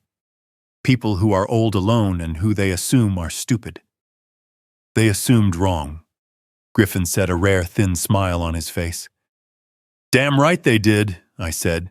And I'm going to spend every last cent of Philip's $10 million making sure they can never do it to anyone else. Griffin leaned forward, the pen tapping on his desk again. A foundation. A fortress, I corrected him. I'm not just donating, I'm building.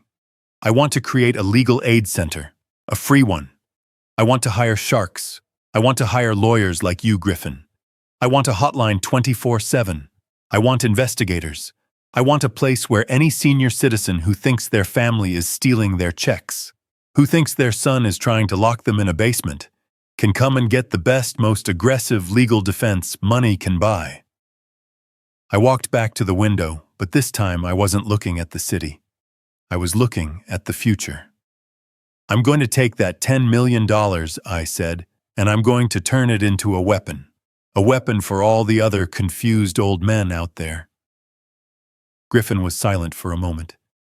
He just looked at me. Ben, he finally said, that's a brilliant idea. A truly brilliant idea, but are you sure it's your money? You earned the right to rest, to live in peace. I've rested enough, I said. I've been sitting on the sidelines of my own life for 2 years grieving. Now I have a new business to build. Alice would have liked this. I felt lighter. The curse of the money was lifting. It wasn't blood money anymore. It was armor. But first, I said, sitting back down, my voice turning to ice again, there's one last piece of business. What's that? Ryan, I said. I need to see him, in prison, just once. Ben, I'm not sure that's advisable. Just once, I insisted. I need to tell him what I'm doing. And I need to do one more thing. What? I need to cut him out of my will. Not just the new 10 million. Everything. Every last dime I ever earned from Carter's hardware. He wanted me to have nothing fine. I'm going to make sure he gets exactly that. Griffin arranged the visit. I didn't think they'd let me, but apparently a father seeing his son before a major trial. It was a courtesy. A courtesy I intended to use. 2 days later, I was walking through a series of buzzing, electronically locked steel doors. The air inside the county jail was cold. It smelled of bleach, stale sweat, and something metallic, like despair. I was led into a long room filled with small partitioned booths. Thick, smeared plexiglass separated us from them. I sat down on the hard plastic stool and picked up the heavy, greasy black telephone receiver. I waited. I watched other families. A young woman crying silently as she held her hand to the glass. An old mother looking just as broken as I felt trying to speak to a son who wouldn't look up. This was a room of broken things. A door buzzed on the other side. And he walked in. My breath caught in my throat. It was Ryan, but it wasn't. The man who walked in wasn't my arrogant, well-dressed, confident son. He was a shell. He was wearing a baggy, bright orange jumpsuit 2 sizes too big. His face was gaunt, his skin a sickly pale gray. He had a dark, patchy stubble. His hair was greasy, matted. He looked like he'd aged 20 years in 3 weeks. The arrogance was gone. The cunning was gone. All that was left was a hollow, terrified desperation. He saw me. His eyes, the same eyes Alice used to say were my best feature, widened. He stumbled to the booth opposite me, fumbling with his own phone, his hands shaking so violently he almost dropped it. He sat down. We just stared at each other through the glass for a long moment. I felt nothing. No pity, no sadness. Just a cold, vast emptiness. "Dad," his voice crackled over the line. It was a rasp. He swallowed his Adam's apple, bobbing. "Dad, you came." "I came?" I said. My voice was steady. Tears instantly welled in his eyes. Not the fake ones from the restaurant. These were real. Thick, ugly tears of pure animal panic. "Dad, please." He choked his hand, coming up to the glass, his fingers splayed. You have to help me, please. They're saying horrible things. They're talking about 20 years. 20 years. He was sobbing now, his shoulders shaking. "Please, Dad, get me a better lawyer. Not the public defender. Griffin. Call Griffin. Tell him to fix this. Tell them it was all a mistake, a misunderstanding. It was Megan. It was all her idea. She pushed me, I swear." He was babbling, the words tumbling out in a desperate, pathetic stream. I just watched him. I didn't blink. "Please," he begged. I'm your son. You can't just leave me in here. I'm your son." I leaned forward. I put my mouth close to the receiver. "No," I said. He stopped, his mouth half open, a sob stuck in his throat. "What? No," I repeated, my voice as cold and hard as the concrete floor. "You are not my son." "Dad, please don't say that. My son," I said, cutting him off, "died. I don't know when. Maybe when his startup failed. Maybe when his mother died. But he's gone. My son would have never locked me in a basement. My son would have never sold his mother's rocking chair. And my son," I said, leaning in so close my forehead almost touched the glass, "would never, ever have plotted to have me murdered for money." I wouldn't have," he shrieked. I was just talking. I was stressed." "You don't understand. I understand everything," I said. "I'm here for one reason, Ryan. One last piece of family business." I saw a flash of desperate hope in his eyes. Yes, yes, Dad. I'm here to tell you. I said that I've instructed Mr. Griffin to begin the process of officially disowning you. I am cutting you out of everything. My will, my trust, my name. When I die, you will not receive $1. You will not get 1 cent from Carter's hardware. You will not get one single rusty nail from the $10 million your Uncle Philip left me. You get nothing. The color drained from his face. The terror was replaced by a sudden violent blotchy red. The true Ryan was still in there after all. You can't, he whispered, shaking his head in disbelief. It's already in motion, I said. And then he erupted. He shot to his feet, slamming his shackled fists against the partition. The whole booth shuddered. You can't! He screamed, his voice distorting over the cheap phone line. You can't do that. I'm your son. I'm your only son. It's my right. It's my inheritance. The guards at the back of the room tensed, but they didn't move. They'd seen this 1,000 times. I just looked at him, at this raging, pathetic creature on the other side of the glass. You had a right, I said, my voice quiet, cutting through his screams. You had a right to my love. You had a right to my support. You had a right to my name. I stood up slowly. You gave up that right when you decided my life was worth less than a down payment on a new one. No, you old bastard! You can't leave me. It's mine. It's mine. I placed the heavy black receiver gently back onto its cradle, cutting off the sound of his voice. I turned my back to the glass. I could still hear him, a muffled animalistic howl pounding on the partition as the guards moved in. I didn't look back. I just walked. Past the other broken families, through the buzzing steel door, into the clean, bright Florida sun. And I never ever looked back. 6 months later. The air didn't smell like bleach or mildew. It smelled of fresh paint, new carpet, and hope. I was standing on a brand new sidewalk under a warm Florida sun. But I wasn't at a jail or a courthouse or a soulless hotel. I was in front of a beautiful modern 2-story building. It was built of glass and clean white stucco, with native palms shading a small, peaceful garden out front. Above the double glass doors, in simple, elegant steel letters, was the name I had chosen, the name that mattered. The Alice Carter Center for Elder Justice. My wife's name. A small crowd was gathered on the lawn.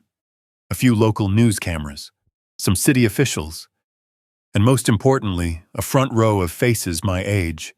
Seniors from the community, people I'd met in the last few months, people who had heard my story and shared their own. Mr. Griffin stood beside me, beaming. He wasn't my lawyer today. He was the chairman of the board. He handed me a comically large pair of gold-plated scissors. A young reporter from the Miami Herald held a microphone up to me. Mr. Carter, people are stunned. $10 million, an entire inheritance. Most people would buy an island. Why this? I looked at her. I looked at the crowd. I looked up at Alice's name. I stepped up to the small podium. The microphone gave a soft thump as I adjusted it. A few months ago, I said, my voice steady, clear, carrying in the warm air. I was a different man. I was a man who thought his life was over. I was a man who had lost his wife and had lost his son. I was a man who was told he was confused, helpless, a burden. I saw some heads in the front row nod. They knew this story. They had lived their own versions of it. And then, I continued, I was given a gift, a significant gift. $10 million. And I had a choice. I paused. I looked at the building, my building. I could have taken that money and disappeared. I could have bought that island. I could have lived out my days in quiet, wealthy, lonely luxury. But my wife Alice, she taught me something. She taught me that what you have is meaningless compared to what you do. So I decided to do something. I used the entire $10 million, every last cent, to build this place. I gestured to the glass doors behind me. I built it because I realized a true legacy isn't what you leave to your children. It's the safety and dignity you create for your generation. And the reporter was scribbling frantically. My son. He saw me as a target. He and his partners, they have a business. Their business is preying on the elderly. They bank on us being isolated. They bank on us being trusting. They bank on us being too confused to fight back. Well, I said, my voice rising, I am not confused, and I am not helpless. And starting today, neither is anyone else in this city. A ripple of applause started, but I held up my hand. This, I said, is the Alice Carter Center. This is not a charity. This is a fortress. Inside these walls are the most aggressive, ruthless elder fraud lawyers money can buy. Lawyers hired from Mr. Griffin's own firm. We have a 24-hour hotline. We have private investigators. We have forensic accountants. I looked directly into the news camera. So, this is a message. To any son or daughter who thinks they can get their parents to just sign a little form. To any consultant who thinks they can steal a life savings. To anyone who thinks they can lock their father in a basement.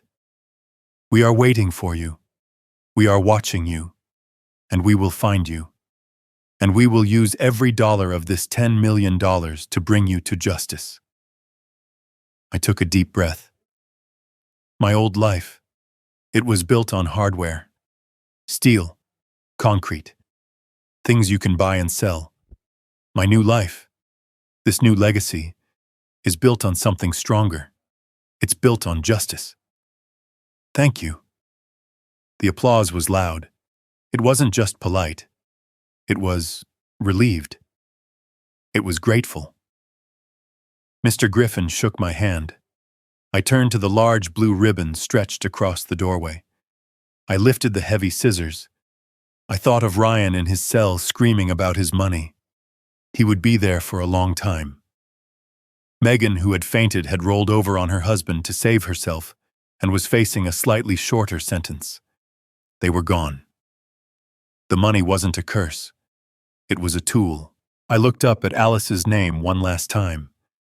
"This is for you, honey," I whispered. "You always wanted to help people. Well, we're helping." I snipped the ribbon. The silk parted with a soft shh. The doors to the center opened. I walked in first, not as a victim, not as a confused old man, but as a founder. I had a lot of work to do. The sound of the ribbon splitting was small, almost silent, but to me it was a cannon shot. It was the sound of a door closing on my old life and a new one beginning. The small crowd cheered, a mixture of seniors from the neighborhood city officials and Mr. Griffin, who was standing beside me, clapping me on the back. "They're waiting for you, Ben," Griffin said, gesturing to the open glass doors. "Your new board of directors." I nodded, still dazed, still holding my half of the giant scissors. I felt a strange lightness, a purpose I hadn't felt in years. Not since Alice was alive. As I took my first step toward the entrance, a voice cut through the polite applause. Mr. Carter, one last question." I turned. A young woman, a reporter from a local news channel, was pushing a microphone toward my face. She had that look of practiced professional sympathy. "That was an incredible speech, sir," she said. "And what you've built here, it's inspiring. But I have to ask the question everyone is thinking." I stopped. I knew what was coming. The last 6 months had been a public circus. Father hands son to police. The Carter conspiracy. I was the old man who had put his own son in prison. "You're a millionaire," she said, "but you're alone. You've lost your only son. You put him behind bars. Do you have any regrets? Do you regret losing him?" I looked at this young woman. She was just doing her job. She saw the world in black and white, good and evil, family and strangers. She couldn't understand the gray. She couldn't understand the rot. I felt the crowd go silent. Everyone was listening. Griffin took a small step toward me as if to shield me to end the interview. I put a hand on his arm. "It's all right, Griffin." I turned back to the reporter. I gave her a smile. It wasn't a happy smile, but it wasn't a broken one either. It was a tired smile. A peaceful smile. "That's a fair question," I said, my voice quiet, but the microphone picked it up perfectly. "You're asking me if I regret losing my son." I looked up at the sign above the door, at Alice's name. "I lost my son," I said, my voice clear and steady. "A long, long time ago. Long before I ever made that phone call. Long before I ever bought those cameras." The reporter looked confused. "Sir? I think," I continued. "I lost him the day his mother died. And he started asking about the value of her jewelry instead of sharing stories about her life. I think I lost him when his business failed, and he learned how to blame me for his own mistakes instead of learning from them. I lost him every time he and his wife looked at me, not as a father, but as a bank account, as an obstacle they had to wait out." I took a deep breath. The air felt clean. What happened 6 months ago, that wasn't me losing my son. That was me finding out he was already gone. That the person who looked like my son was just a monster.